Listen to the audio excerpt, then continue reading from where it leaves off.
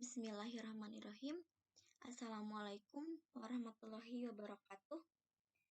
Saya akan menyampaikan tentang pengertian lokasi, layout atau tata letak, dan manajemen sumber daya manusia. Pengertian lokasi, layout, dan manajemen sumber daya manusia. Definisi dari lokasi adalah letak, tempat, atau penempatan suatu benda, keadaan pada permukaan bumi. Kemudian, layout adalah pengaturan atas tata letak fasilitas pabrik dan area kerja, baik untuk pabrik yang sudah ada maupun untuk pabrik yang sama sekali baru, agar proses produksi lancar dan efisien. Kemudian, manajemen sumber daya manusia adalah pengembangan sumber daya manusia yang berfungsi melakukan perencanaan sumber daya manusia, penerapan, perekrutan, pelatihan, pengembangan karir karyawan atau pegawai, serta melakukan inisiatif terhadap pengembangan organisasional sebuah organisasi atau perusahaan. Kemudian, ada jenis-jenis lokasi. Menurut Summa Atmaja, berdasarkan ilmu tata ruang, lokasi dibedakan menjadi dua jenis. Yang pertama, lokasi absolut dan lokasi relatif.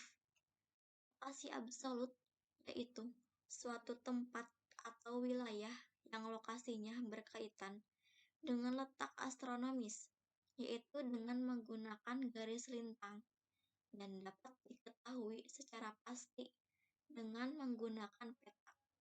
Kemudian, lokasi relatif.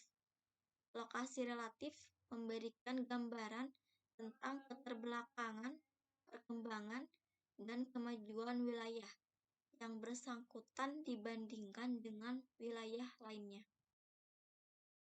Kemudian, ada model tata letak atau layout.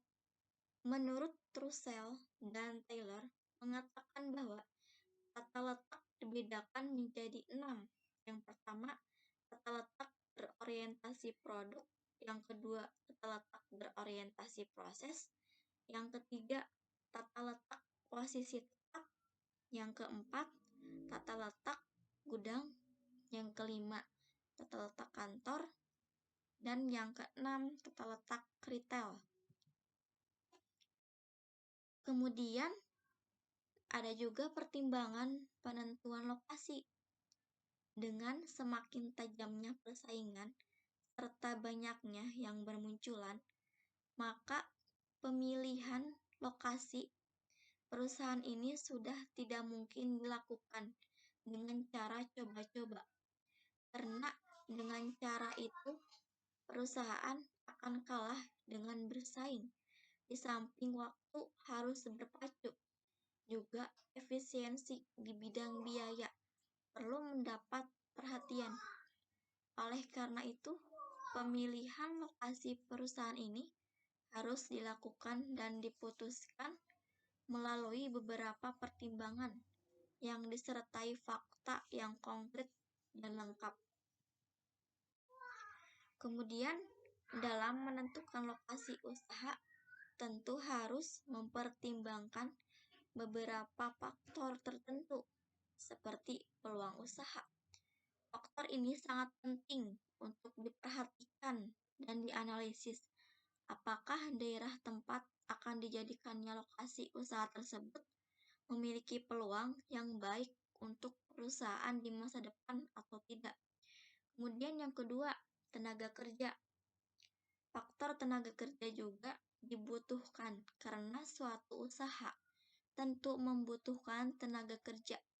Dilihat mudah atau tidaknya untuk mencari tenaga kerja di daerah tersebut, bagus atau tidaknya kualitas kinerjanya, berapa bayaran yang biasanya diberikan untuk tenaga kerja di daerah tersebut, dan lain-lain.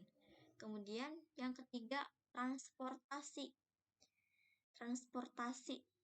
Kemudahan untuk akses transportasi dalam penentuan lokasi usaha juga penting karena konsumen tentu memikirkan bagaimana cara mereka untuk sampai ke tempat usaha nantinya. Kemudian, yang keempat, akses parkir. Akses parkir untuk para konsumen juga diperlukan karena apabila ada konsumen yang membawa kendaraan pribadi dan ternyata tidak ada akses untuk parkir kendaraan, tentu konsumen akan merasa kecewa terhadap pelayanan perusahaan tersebut. Kemudian yang kelima, kepadatan penduduk. Kemampuan tingkat kepadatan penduduk di daerah tersebut sangat diperlukan karena semakin banyak penduduk yang ada di daerah tersebut, kemungkinan bisa menambah jumlah konsumen nantinya. Kemudian yang keenam, kekuatan daya beli masyarakat. Kemampuan masyarakat dalam membeli suatu barang juga diperlukan dan diperhatikan. Karena apabila kemampuan masyarakat tidak sesuai dengan target harga jual perusahaan, bisa jadi barang tersebut kemungkinan besar tidak akan terjual karena kurangnya kemampuan masyarakat untuk membeli barang tersebut. Kemudian yang terakhir, ketersediaan bahan baku. Kemudian ada juga pertimbangan penentuan layout.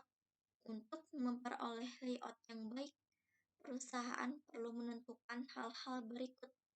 Yang pertama, ada kapasitas dan tempat yang dibutuhkan. Yang kedua, peralatan untuk menangani material atau bahan. Kemudian yang ketiga, lingkungan dan estetika. Kemudian yang keempat, ada arus informasi. Kemudian yang terakhir, biaya perpindahan antara tempat kerja yang berbeda. Kemudian ada juga manajemen sumber daya manusia. Dalam menjalankan kegiatan baik di organisasi atau perusahaan, dibutuhkan sumber daya manusia yang kompeten di bidangnya masing-masing. Manajemen sumber daya manusia terdiri atas serangkaian keputusan yang terintegrasi tentang hubungan ketenagakerjaan yang mempengaruhi efektivitas karyawan dan organisasi. Manajemen sumber daya manusia merupakan aktivitas-aktivitas yang dilaksanakan agar sumber daya manusia di dalam organisasi dapat digunakan secara efektif guna mencapai berbagai tujuan. Kemudian yang terakhir ada fungsi manajemen sumber daya manusia. Yang pertama ada perencanaan. Perencanaan adalah kegiatan memperkirakan tentang keadaan tenaga kerja agar sesuai dengan kebutuhan organisasi secara efektif dan efisien dalam membantu terwujudnya tujuan. Kemudian yang kedua ada pengorganisasian. Pengorganisasian adalah kegiatan untuk mengatur karyawan dengan menetapkan pembagian kerja, hubungan kerja, delegasi wewenang, integrasi, dan koordinasi dalam bentuk bagan organisasi. Kemudian yang ketiga ada pengarahan. Pengarahan adalah kegiatan memberi petunjuk kepada karyawan agar mau kerja sama dan bekerja efektif serta efisien dalam membantu tercapainya tujuan organisasi. Dan yang terakhir ada pengendalian. Pengendalian merupakan kegiatan mengendalikan karyawan agar mentaati peraturan organisasi dan bekerja sesuai dengan rencana. Assalamualaikum warahmatullahi wabarakatuh. Mungkin ini yang dapat saya sampaikan. Apabila ada kurang, mohon dimaafkan. Assalamualaikum warahmatullahi wabarakatuh.